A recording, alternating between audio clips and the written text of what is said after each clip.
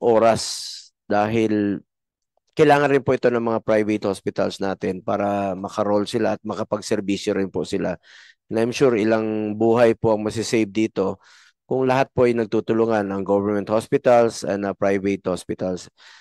Pakiusap ko lang, just do what is right. Best interest of the people, best interest of ng gobyerno at walang masasayang na pondo po ng ating mga kababayan. At gusto ko lang pong tanungin sa inyo itong yung kanina tinanong mo, Joe. Mr. Chair, on the consulta, can we briefly, Go ahead po. Go ahead. very briefly, Mr. Chair, para ma-update kayo sa consulta program namin. Sige, go ahead po. Before I'll proceed to my next question. Maraming salamat, Mr. Chair. Maraming salamat, Sir PCEO. On the part of our consulta, Mr. Chair, as of November, we have 3,117 consulta package provider. Ito po yung mga facility accredited by PhilHealth na magbibigay po ng consulta services sa ating mga kapwa't Pilipino. So tumaas na po yung numero, 3,117 as of November. Now, Mr. Chair, as of December, Mr. Chair, 27.8 million Filipinos registered already. But itong numero, Mr. Chair, kailangan pa natin ito pataasin. Kumbaga, marami dapat na mga kapat Pilipino po natin marehistro dito po sa ating consulta facilities. And out of this 27.8 million na Filipino, ang mga mayroon ng profile or first patient encounter na nakuha ng ating mga facilities ay nasa 7.7 million Filipinos na po, Mr. Chair. And pakiulit lang po, ilan po ang naka-avail na, nakapag-konsulta na? Ang nakapunta na and nakuna ng health profile, nakakita na ng ating personnel, ng ating facility dahil nagbigay na sila ng kanilang mga health profile, Mr. Chair. Itong tawag natin na first patient encounter, 7.7 million. 7.7 million. Opo. Yung na profile. Opo. Pero hindi pa sila nakapag-avail ng i-konsulta. Yung naka-avail is nabayaran. Naka-avail na po to dahil sa nakita na sila ng health facilities personnel po natin, and ang nabayaran na po ng PhilHealth, Mr. Chair, 2021 to 2024 ay 4.2 billion pesos, meaning ito na po yung nailabas natin na pondo para sa primary care. Itong ang malaking portion po nito, Mr. Chair, dahil po sa hearing na ginagawa po natin, ginagawa po ng ating butihing chairman, ay nasa 3.5 billion ito po yung last year lang. So mga 3 billion last year ay tumaas na kumbaga ang claims po nito dahil marami na naka-avail ng benepisyo. Ito po ang numerong ito, hindi pa ho sapat ito, kulang pa ho ito na dapat marami pang maka-avail, Mr. Chair. And we are encouraging, Mr. Chair, number one, maraming facility dapat magpapa-accredit sa consulta program. Pangalawa, yung ating kababayan po ay lalapit sa mga consulta facilities para po mapaparehistro and magbibigay ng kanilang first patient encounter and ma-schedule po sila sa konsultasyon, laboratory, and mabigyan ng libreng medisina, antibiotics or maintenance drugs man, Mr. Chair. Maraming salamat. Yun po sinasabi ko nga po, information drive, paintindi, encourage the members. Since member po tayo, sabi ko maliit pa rin yung numero, no? That is less than 10% pa rin po of our population. If nasa 115 million tayo, kung sinabi mo naka-avail is 7 million Filipinos pa lang, kulang pa rin po. So that is more than 5% pa lang po ng population natin na nakaka-avail. Yun po yung na-profile ninyo. 7 million Filipinos. Ang possible target ninyo sa ngayon po. Yung sinasabi mong figure na about 20 million plus kanina. Mr. Chair, 27.8 million yung mga Filipino na nakarehistro. Nakarehistro. Opo. But not yet availed of the program. Yes po, sir. Kaya we are encouraging them na magbisita po sa ating mga consulta facility para makunan ng profile and makonsulta and mabigyan ng laboratory at saka mga serbisyong Yung mga medical po. bukas facility kasama sa e-consulta. Yes, Mr. Chair. Kasama po yung mga bukas facilities.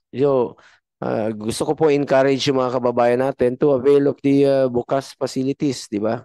Kasama naman siya sa konsulta para mas maraming aware at maraming maka-avail.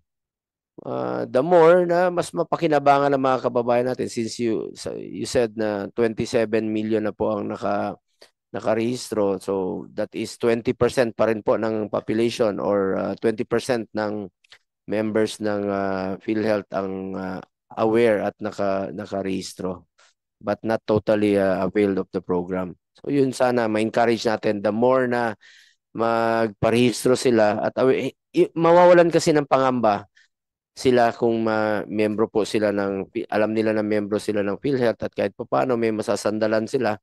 So sabi kahit na masyado pa rin pong maliit, no? Sa ibang mga cases ay masyado pa rin pong maliit yung covered ng PhilHealth. Kasi gusto ko lang pong tanungin kay President Ledesma, sana ito maybe ambitious po ito. Kailan kaya sa tingin ninyo na dahil meron naman tayong universal healthcare law, kailan kaya darating sa tingin ninyo darating ang panahon na halos wala nang dudukutin sa sariling bulsa ang pasyenteng Pilipino?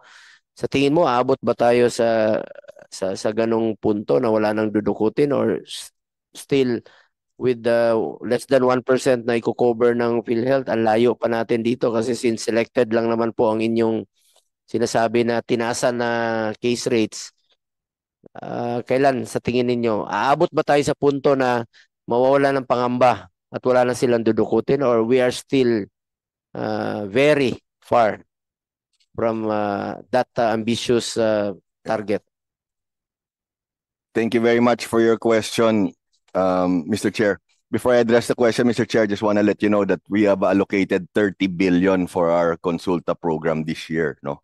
So we're targeting an increase of up to 25.5 million. Diba pag nagpa-check up sila, nagpa-consulta sila, ibig sabihin early detection, mas hindi lalala yung sakit, mas lesser yung gastos dahil naagapan natin yung sakit. So paigtingin ninyo ang inyong i-consulta program, Yes. mas maagapan natin yung paglalala ng sakit at yung pangamba ng Pilipino na magpa-hospital dahil na-check up na sila. Mas mabuti yung early detection sa lahat naman ng bagay. Prevention is definitely better always than cure. Then Mr. Chair, also one more thing. So as you mentioned earlier, we increased our capitation rates. It used to be 500 for public, 750 for private.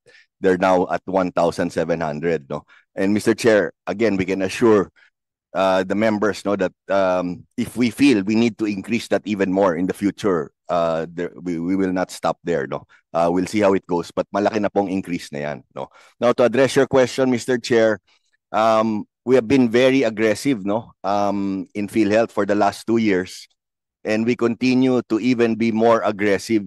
So, to answer your question, Mr. Chair, we are just going as fast as we can, and I have constantly been assuring our president that we really want him to be the first president to successfully implement universal healthcare.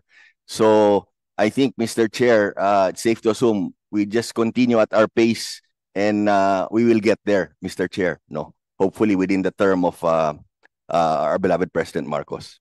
Kasi yung iba po, since pag wala silang health card, akala nila hindi sila membro ng PhilHealth. So nag-issue ba kayo ng o may plano ba kayo mag-issue ng card para sa lahat na parang magiging health card na at least alam nila na membro po sila ng PhilHealth at mawalan sila ng pangamba na magpa-check up at magpa-hospital since meron silang hinahawakan? We are thoroughly discussing that, Mr. Chair. Nasa discussion stage na po yan. Yes, we are looking at that going forward. Also, Mr. Chair, I just want to add earlier, with regards to LGU hospitals po, marami na ngayong NBB, no balance billing na po ngayon, LGU hospitals and DOH, no? So talagang you can see the improvement, no, the remarkable improvement, no, that we are going forward with universal healthcare po. Thank you very much. Saka gusto ko lang pong i-share sa inyo